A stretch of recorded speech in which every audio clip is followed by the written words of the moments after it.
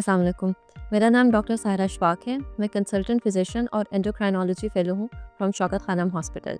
Voice of diabetes کی 6 episode میں ہم حاضر ہیں اور ہمارے گیسٹ اسپیکر ہیں پروفیسر ڈاکٹر رضوان امجد.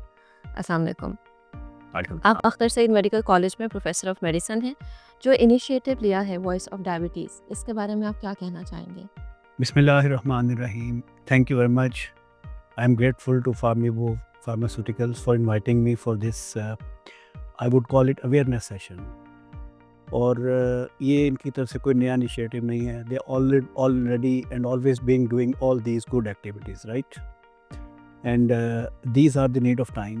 اگر آپ دیکھیے American Diabetic Associations کی گائیڈ لائنس، تو اس میں وہ ہمیشہ یہ کہتے ہیں کہ آپ اپنے ہر کنٹری میں اس طرح کی ایکٹیویٹیز کریں جسوں کو لوگوں کو ایجوکیٹ کریں، ڈائبٹیز کے بارے میں ایجوکیٹ کریں، اور باقی ساری جو این سی ڈیز ہیں ان کے بارے میں، ان پرٹیکولر ڈائبٹیز کے بارے میں اے ڈی اے ریکمینڈ کرتی. تو it is really a fantastic idea and I really appreciate, acknowledge and I love to be a part of this journey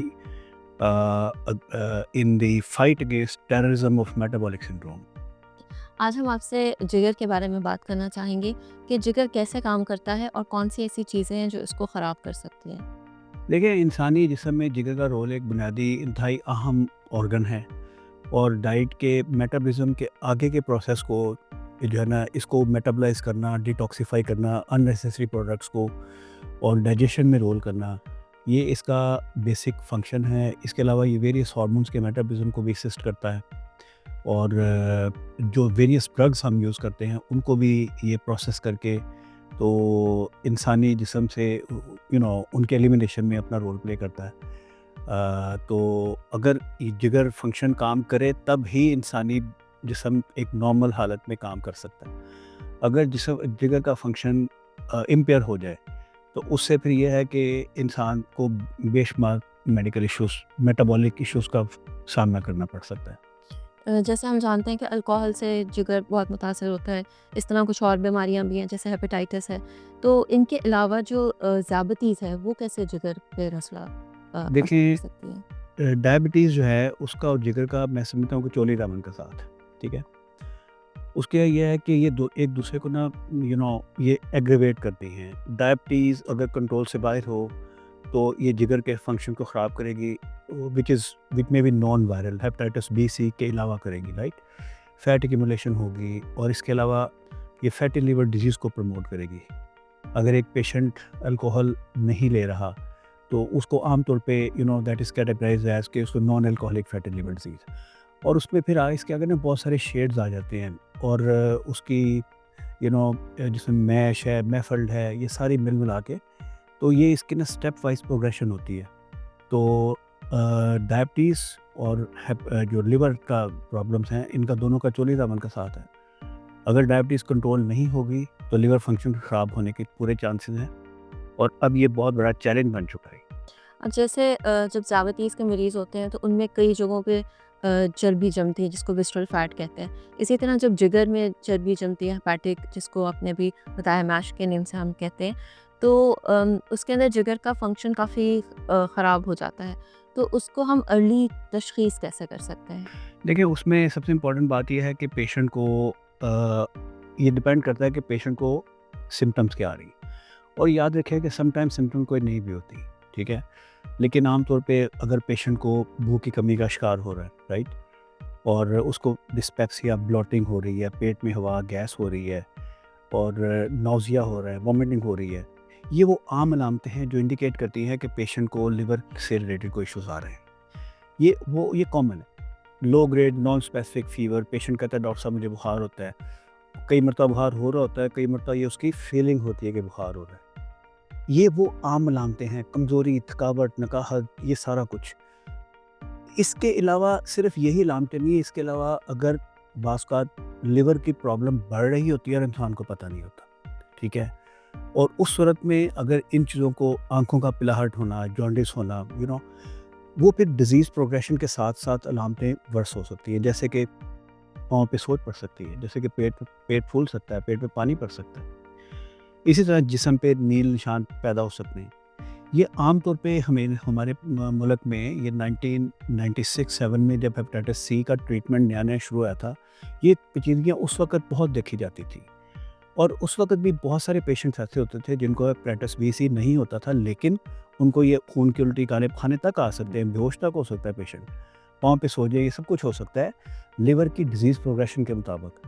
تو these symptoms can be, patient کو کوئی علامت نہیں بھی ہو سکتی، جرکان ہونا، بو کی کمی ہونا، اور زیادہ سیریس علامتیں بھی ہو سکتی ہیں، جیسے پاؤں پہ سوج پڑنا، پیٹ میں پانی پڑنا، غنود کی بیہوشی، خون کی الٹی، کالے کھانے. یہ سارا کچھ تب ہوتا ہے کہ جگر جب سکڑنا شروع ہوتا ہے. اور یا ہمیں پتہ ہونا چاہیے کہ ٹریڈیشنلی ہمارے ملک میں ہیپیٹائٹس سی بہت زیادہ کامن رہا ہے، اور بہت سارے لوگوں کو پتہ ہے، یا بہت ساری فیملیز کو پتہ ہے کہ جب اس طرح کی پرابلم ہوتے ہیں تو ہمیشہ یا زیادہ تر cirrhosis because of hepatitis C especially and then B سمجھا جاتا تھا. لیکن آج سے پہلے بھی یہ چیز واضح ہو چکی ہے کہ اگر ہم فیٹی لیور کو کنٹرول نہ کریں تو that can also cause all these symptoms. اس کی سٹیجز ہیں، اگر سٹیجز کے مطابق آپ ٹریٹ نہیں کریں گے تو اس سے پھر پرابلم بڑھ سکتا ہے. اب جیسے بہت ترقی ہوتی جا رہی ہے تو کچھ ایسے اسٹینڈز آ گئے ہیں یا بایو مارکرز آ گئے ہیں جن میں ہم بہت ارلی تشخیص کر سکتے ہیں جگر کے مسائل کی، تو اس کے بارے میں آپ کیا بتا سکتے ہیں؟ دیکھیں، اس کے لیے ہمیں آئیڈینٹیفائی کرنا ہے کہ پہلے تو کچھ سمپل، سب سے پہلے تو پیشنٹ کی علامتیں دیکھیں، ٹھیک ہے نا. اس کے بعد پیشنٹ کا جو ریلیونٹ معائنہ ہوتا ہے ہم وہ کرتے ہیں، رائٹ جی. جیسے کہ، اور یہ عام لوگوں کو بتانا چاہیے کہ اگر آنکھوں میں پلاہٹ ہو رہی ہے، پاؤں پہ سوج ہو رہی ہے، تو اس کو فوراً ڈاکٹر سے رابطہ کرنا چاہیے. کئی لوگ ہوتے ہیں کہ وہ ڈاکٹر سے مشورہ کرنے سے گھبراتے ہیں کہ پتہ نہیں کیا ہو جائے گا. نہیں، وقت پہ مشورہ کریں. اگر آپ stitch in time saves nines, ٹھیک ہے.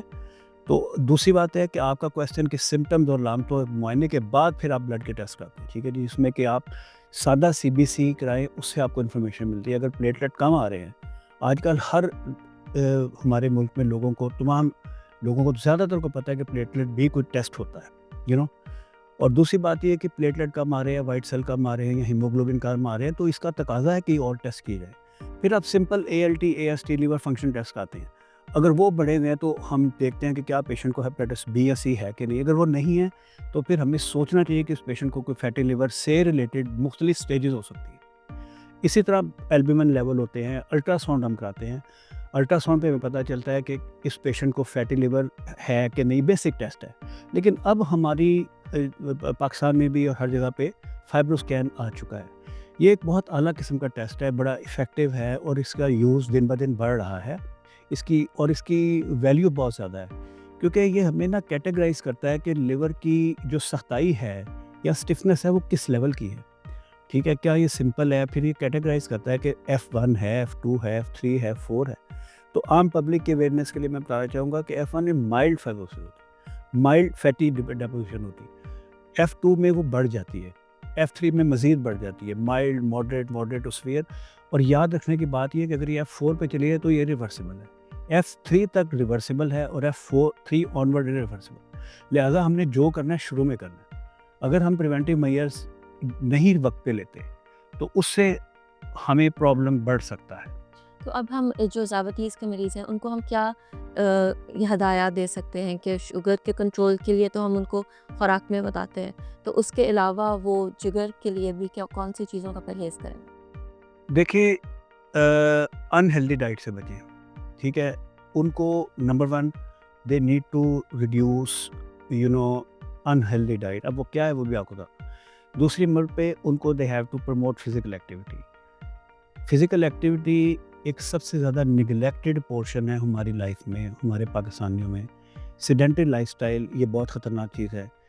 اور اس کے بعد آپ سب سے پہلے رسک فیکٹرز کو بچائیں. اب رسک فیکٹرز کون سے ہیں فیٹی لیور کے یا لیور کی ڈیزیز کے لیے، especially in context to diabetes? وہ یہ ہے کہ نمبر 1 اوبیسٹی.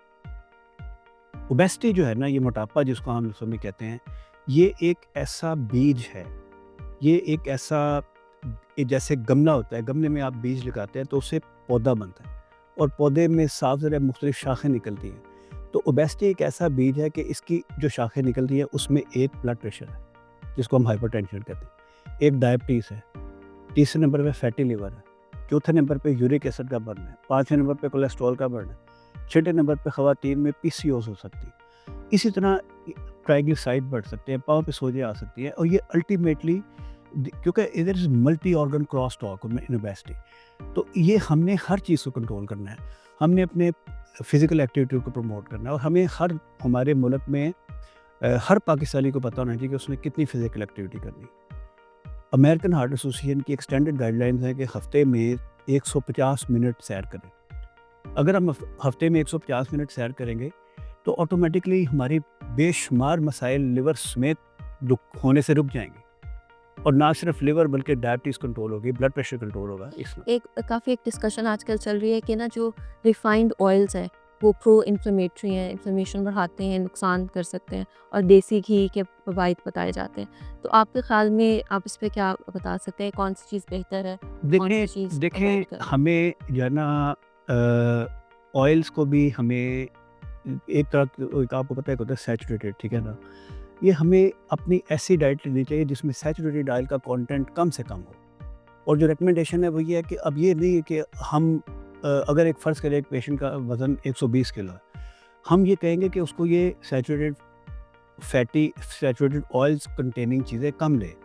مثال کے طور پہ کیا ہے جی, نہاری ہے, مرغن کھانے ہیں, یہ جو تمبا گرائی ہے, ٹھیک ہے, یہ جو سری پائے ہیں, ٹھیک ہے, یہ وہ چیزیں کہ ان میں سیچوریٹڈ فیٹ کانٹینٹ بہت زیادہ ہے. لیکن ایک بات ہمیں یاد رکھنے کی ضرورت ہے کہ لیس دین 10% تک ہماری خوراک کا ایک حصہ ہو سکتا ہے. یہ نہیں کہ ہم اس کو کہتے ہیں کہ بھئی یہ تمہارے لیے شجر ممنوع ہے, وہ 10% تک لے سکتا ہے. مثال کے طور پہ 10% کو اگر میں عام زبان میں ٹرانسلیٹ کروں تو ایک مہینے میں 2 مرتبہ 50% وہ اپنی ڈائٹ کے کانٹینٹ کے مطابق, اگر وہ ایک پلیٹ پہلے بھر کے نہاری کھاتے تھے تو مہینے میں 1 مرتبہ, اگر میں نے ہفتے کا مہینے میں 1 سے 2 مرتبہ 50% آف دیٹ پلیٹ کانٹینٹ لے لے, اس سے زیادہ نہ لے, ٹھیک ہے نا. تو اس طرح so we have to avoid all these thing which are containing saturated oils اور سیچوریٹڈ فیٹس. اب ان مسائل کے لیے کچھ نئی ادویات پاکستان میں آئی ہیں, جیسے ریسمیٹرون آئی ہے جو نیو لانچ ہوئی ہے, اور GLP-1 ایگونسٹ ہیں. تو ان کے بارے میں آپ کیا بتانا چاہیں گے عوام کو؟ دیکھیں میں یہ کہوں گا کہ اگر آپ دونوں کی بات کریں تو دے آر اپرووڈ ڈرگس, ٹھیک ہے. اور اگر آپ GLP-1 کی بات کریں تو GLP-1 اگر آپ ان کانٹیکسٹ آف ڈائبٹیز کہیں تو بالکل that is the best drug. اور خاص طور پہ اگر ایک ایسا پیشنٹ جس کو کہ اوبیسٹی ہے, یا جس کو کہ کارڈک اور رینل ایڈوانٹیجز ہم دینا چاہتے ہیں, تو دیٹ از ڈرگ نمبر 1. اس میں کوئی شک نہیں, اس میں کوئی شبہ نہیں, رائٹ. لیکن اگر آپ صرف اوبیسٹی کی بات کریں تو آف لیبل ڈرگس, ٹھیک ہے. ہاں البتہ یہ ہے کہ اس میں کچھ ایسی ڈرگز ہیں جو ان پرٹیکولر جیسے لیراگلوٹائڈ ہے, ٹھیک ہے جی, تو وہ بالکل اس کا ریکمینڈیڈ ہے. لیکن اب دوسرے نمبر پہ آپ نے ریسمیٹرون کی بات کی, تو بالکل یہ نئی ڈرگس ہیں. They seem to be very promising. There is enough data for them to reflect کہ they are going to be good drugs. There are studies which reflect کہ اگر ہم اپنے لیور ڈیزیزز کے برڈن کو پاکستان میں کم کرنا چاہتے ہیں, اور اگر ہم اس کو نہیں کنٹرول کرتے تو دیٹ از 10 سے 15 ٹائمس پرابلم کو ایگریویٹ کر سکتا ہے, رائٹ.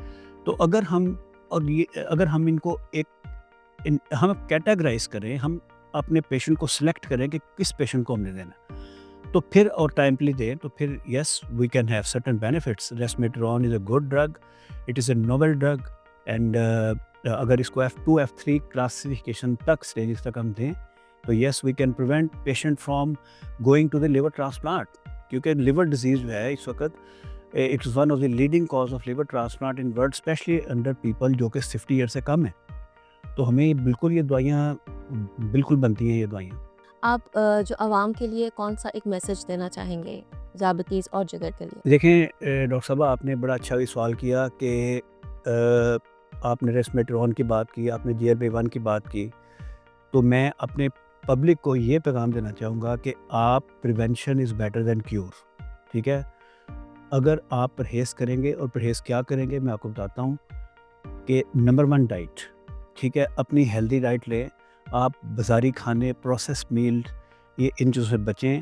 اپنی ڈائٹ میں بیلنس رکھیں. آپ کو پتہ, اگر آپ کو یہ پتہ ہے کہ میرے پرس میں کتنے پیسے ہیں, اور اگر آپ کو یہ پتہ ہے کہ میرے اکاؤنٹ میں کتنے پیسے ہیں, تو آپ کو یہ بھی پتہ ہونا چاہیے کہ میری روٹی میں کتنی کیلریز ہیں. آپ کو یہ بھی پتہ ہونا چاہیے کہ میں ایک کپ دودھ کا جو پی رہا ہوں یا ایک گلاس جوس کا جو پی رہا ہوں اس میں کتنی کیلریز, رائٹ. دوسری بات, اپنی ڈائٹ کو سلیکٹ کریں, بیلنس ڈائٹ لیں, اوور ایٹنگ بالکل نہ کریں, نمبر 1. نمبر 2, آپ واک کریں. خواتین کو سیر اور ایکسرسائز منع نہیں ہے، واک کریں، ایکسرسائز کریں. اور وہ خواتین حضرات جو آفس ورک کرتے ہیں ان کو اپنے آفس میں جا کے دوپہر صبح 10 بجے سے لے کے شام 4 بجے تک بیٹھنے کی ضرورت نہیں ہے. ان کو ورک پلیس ورک آؤٹس کریں، ہر 1 گھنٹے بعد اٹھیں، بے شک اپنے کمرے میں 3 سے 4 منٹ واک کریں، 2 سے 3 منٹ بازوؤں کی، ٹانگوں کی، پاؤں کی ایکسرسائز کریں. تیسری بات یہ ہے کہ آپ اگر جو مرد حضرات ہیں ان کو چاہیے کہ وہ 5 وقت کی نماز مسجد میں جا کے پڑھیں. خواتین گھر میں 5 وقت کی نماز پڑھیں. اس کی وجہ کیا ہے؟ اس کی وجہ یہ ہے کہ یاد رکھیے کہ نماز is best form of exercise in world, because آپ کے جوڑ، گٹے، ہر ایک موومنٹ، مسل، کمر، گھٹنے، ہر جگہ پہ. اور اس کی سٹارٹ کرتی ہے وضو سے، جو کہ طہارت ہے، صفائی ہے، یہ نصف ایمان ہے. یہ آپ کو ڈائبیٹک پیشنٹ کے فنگر سب سے پہلے کٹتی ہیں اگر کمپلیکیٹ ہوں. سو تیسری، آپ نے دنیا بھر میں صرف انٹرمیٹنٹ فاسٹنگ کا کانسیپٹ چل رہا ہے. انٹرمیٹنٹ فاسٹنگ ہم مسلمانوں کا ایک اوریجن ہے. تو میں اپنے پیشنٹ کو ریکمینڈ اسٹرانگلی کرتا ہوں، اور میرے بے شمار پیشنٹس ہیں جو جن کا وزن 100 کلو گرام سے زیادہ ہے. میں ان کو ریکمینڈ کرتا ہوں کہ ہفتے میں 2 مرتبہ روزے رکھیں. رسول پاک صلی اللہ علیہ وسلم ہفتے میں 2 روزے رکھتے تھے، ہم کیوں نہ رکھیں، خاص طور پہ اگر ہم بیماریوں سے بچنا چاہیں. تیسری بات یہ ہے کہ روزہ رکھیں، واک کریں اور ڈائٹ کو کنٹرول کریں. بلیو می، میرے پیشنٹ 10 دن میں 1 کلو وزن ڈاکومنٹڈ کم کر کے آتے ہیں. 10 دن میں 1 کلو وزن کم کرتے ہیں، مہینے میں 3 کلو وزن کم کرتے ہیں، عورتیں بھی اور مرد بھی. ٹھیک ہے. And they are so happy and I am so happy and got all the evidence for that. تو if we can do a thing in an easy way, why to do it in a difficult way? This is my message. Thank you so much, Bakir.